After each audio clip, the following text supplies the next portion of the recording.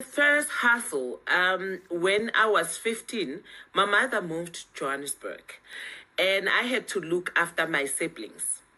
And my mother used to send money every month. And I knew that my biggest challenge is that I will chow that money, money for grocery and stuff. Because remember, I'm just a teenager who's looking after the siblings. I've never learned about financial literacy and how to actually make sure that the money lasts us up until month end. And one thing that I came up, the strategy was to sell sweets. Because I knew that as much as I'll chow the money, but I'll be able to generate income. And I remember that the way that, guys, let me tell you something. I didn't buy sweets from the shop. I used to buy brown sugar and I used to cook it and add powder milk. And I'll put it in different pans. You know those baking pans? That's where I'll put my sweets. We used to call them the coffee sweets. Now I'm revealing my age. We used to call them coffee sweets, and I'll sell that at school, and I was able to generate an income.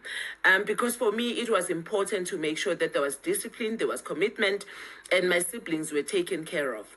At the same time, I was able to save, and I learned. That's how I learned that as much as it's easier to chow the money that was sent, it's not easy to get money. And I put myself in my mother's shoes to understand that she has worked hard for that money. And that was my first hustle. I didn't look back. I add more products. So it's important to identify, as I indicated, the need will drive you to start your own hustle. As small as it is, it will be able to generate an income. One of the hurdles I hear about is funding, no access to funding. And my response to that is, if you, for instance, you want to make muffins, is that, okay, well, just get enough funding to make that first batch. And then you can sell that first batch to your neighbor, to your granny, to your auntie, and then use that money to pay back wherever you got those ingredients from. And now you have money, the profit, you should be enough to bake that second batch, and so on, so on. So you don't need external funding to start. You can start funding your business through sales. If you want to start a t-shirt business, get pre-orders for your first 10 t-shirts. Say, listen, I'm taking pre-orders on my t-shirts, and once you've paid, then I'll put it into production, and then that profit from those 10 t-shirts you can use to start selling, the next batch of t-shirts. Differences between good debt and a bad debt. A debt is a debt. A debt is whereby I say, even if I say I'm doing pay 3, then I'm going to pay the first installment, then I have a debt of 2 installments. Even if I'm doing a lay-by, if I paid the first installment, then I have a debt of paying the other ones so that I can get what I want.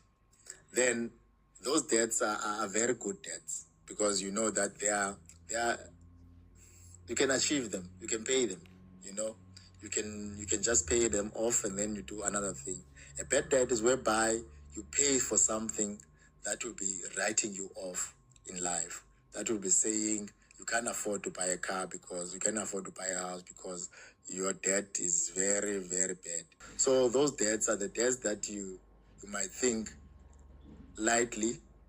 Then when times come, you want to achieve your bigger goal and buying something, then you are told that, no, remember there's a debt that you never paid long time ago.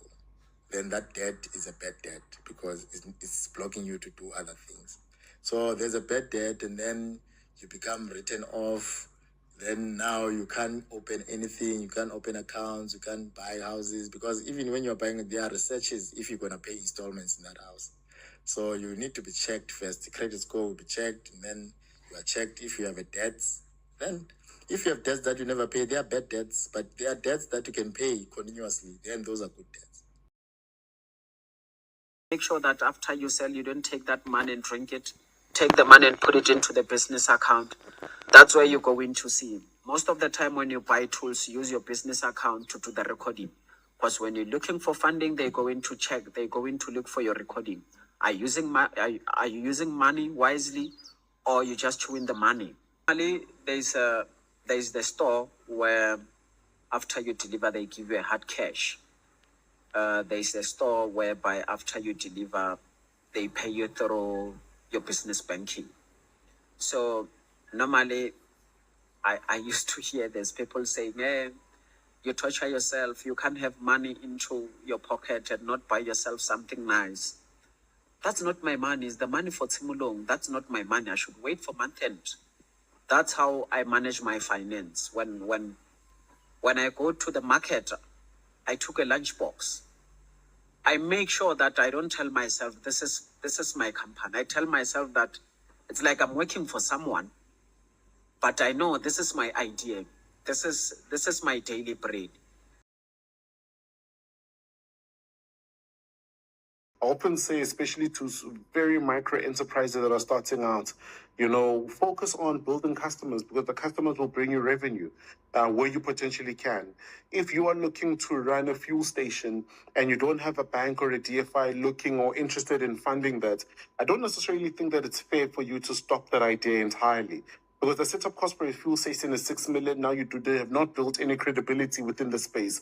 So for me, then it becomes important to then start that way. Because I often say to entrepreneurs, sometimes when you start with funding, it becomes very difficult for you to be able to then navigate those terrains, purely because you have not yet even felt out what this actual thing actually is.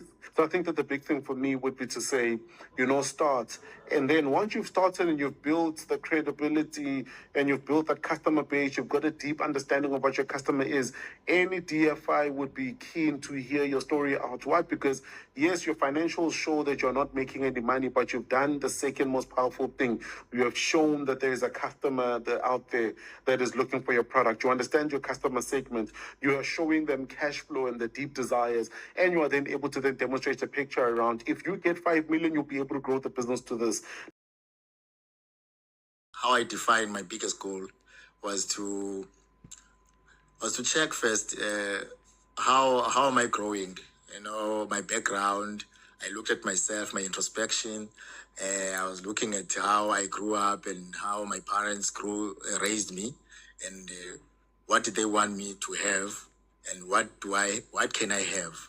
I looked at what I'm getting monthly while I'm doing my business, because I do business aside, and which is agricultural business.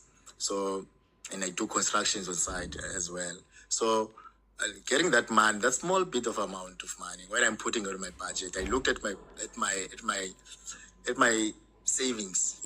When I'm doing my withdrawals at the end of the year, I looked at the amount that I have. I calculated it. I saw it. I can do it bigger, so I can make a bigger plans.